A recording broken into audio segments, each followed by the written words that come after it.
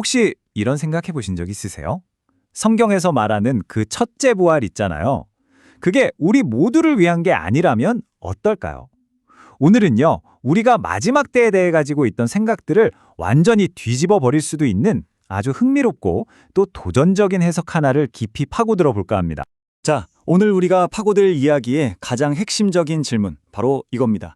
성경에서 말하는 첫째 부활, 그 영광스러운 자리에 과연 누가 참여하게 되는 걸까요?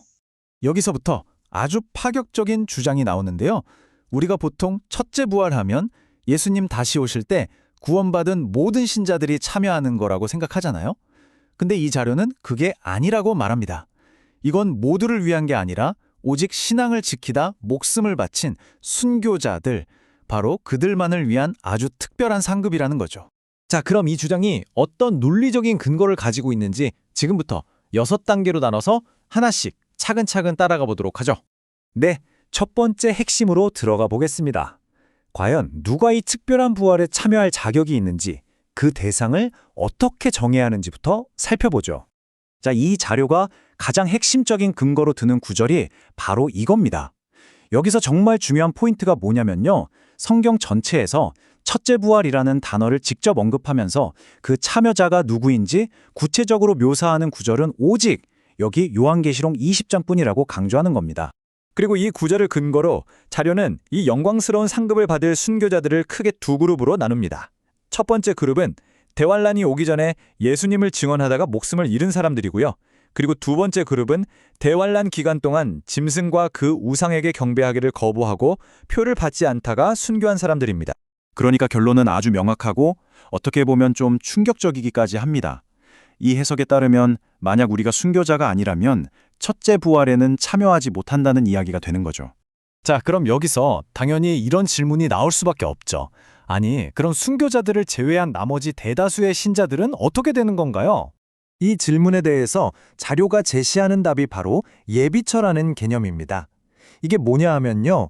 요한계시록을 근거로 하나님께서 마지막 환란의 때에 충실한 성도들을 지상에서 안전하게 보호하시기 위해 마련해 두신 특별한 장소가 있다는 겁니다.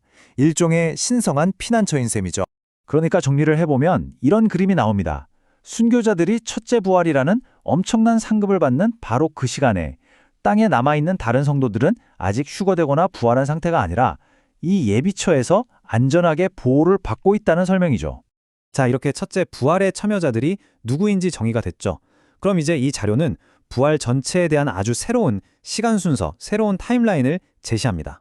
그리고 이 새로운 시간 순서를 뒷받침하는 핵심 근거로 고린도전서 15장을 제시합니다. 이 자료의 주장은 이렇습니다. 이 구절을 보면 부활에는 명확한 차례가 있다는 거예요. 세 단계로 이루어진 이 순서는 절대로 바꿀 수 없는 절대적인 순서라는 거죠. 자, 그래서 이 자료가 제시하는 부활의 순서를 정리하면 이렇습니다. 첫 번째는 당연히 첫 열매이신 그리스도의 부활이고요. 그 다음이 바로 주님이 오실 때 일어나는 첫째 부활인데 여기엔 순교자들만 참여합니다. 그리고 나서 천년의 시간이 흐르죠. 이 천년왕국이 끝난 후에야 비로소 마지막 부활이 일어나는데 이때 나머지 모든 죽은 자들이 부활한다는 겁니다. 즉, 부활이 두 번이 아니라 뚜렷하게 구분되는 세 단계로 진행된다는 거죠. 자, 이렇게 부활의 시간 순서가 완전히 재편성되니까요. 우리가 정말 중요하게 생각하는 두 가지 개념, 바로 휴거와 몸이 영광스럽게 변화하는 사건에 대한 해석도 급진적으로 바뀔 수밖에 없습니다. 일종의 신학적인 퍼즐을 푸는 과정이라고 할 수 있겠네요. 자료는 여기서 전통적인 관점이 가진 아주 큰 문제점을 지적합니다. 한번 생각해 보세요. 만약 모든 성도들이 부활해서 더 이상 아이를 낳을 수 없는 영적인 모험을 갖게 된다면 천년왕국 시대에 딴에 살면서 인구를 이루고 번성할 사람들은 대체 누구냐는 거죠. 이 모순을 바로 자신들의 모델이 해결할 수 있다고 말합니다. 그래서 이 자료가 제시하는 순서는 이렇습니다. 첫째, 그리스도께서 오실 때 휴거가 일어나긴 하는데 이때 성도들은 영광스러운 몸이 아니라 지금 우리가 가진 이 자연적인 육신의 몸 그대로 들림을 받는다는 겁니다. 둘째, 이 성도들은 천년왕국 기간 동안 바로 그 육신의 몸으로 지상에서 살아갑니다. 그리고 셋째, 천년왕국이 다 끝나고 최후의 심판 때 마지막 나팔이 불릴 때 비로소 살아남은 성도들의 몸이 영원한 몸으로 변화된다는 거죠. 그러니까 휴거와 몸의 변화 사이에 무려 1000년이라는 어마어마한 시간 간격이 있다는 겁니다. 정말 파격적이죠. 자, 아마 여기까지 들으시면 이런 생각이 드실 수도 있어요. 아니, 순서가 조금 바뀌는 게 뭐 그렇게까지 중요하지? 하고요. 그런데 이 자료는 바로 이 새로운 모델이 우리가 종말을 이해하는 방식을 완전히 바꾼다고 주장합니다. 그 의미를 한번 살펴보죠. 이 새로운 모델이 가져오는 핵심적인 변화들을 좀 보세요. 첫째 부활은 이제 모두가 받는 보편적인 유산이 아니라 최고의 희생을 한 사람들을 위한 특별한 상급으로 그 의미가 바뀝니다. 천년왕국 역시 죽음을 경험하는 평범한 인간들이 살아가는 아주 현실적이고 지상적인 공간이 되죠. 무엇보다 다른 종말론 모델들이 가진 논리적인 문제점들에 대한 해결책을 제시한다고 하고요. 그리고 가장 중요한 건 이겁니다. 환란 전에 편안하게 탈출할 것을 기대하지 말고 이 땅에서 겪게 될 환란을 이겨낼 준비를 하라고 요구한다는 거죠. 결국 이 모든 분석은 우리에게 이 하나의 도발적인 질문을 남깁니다.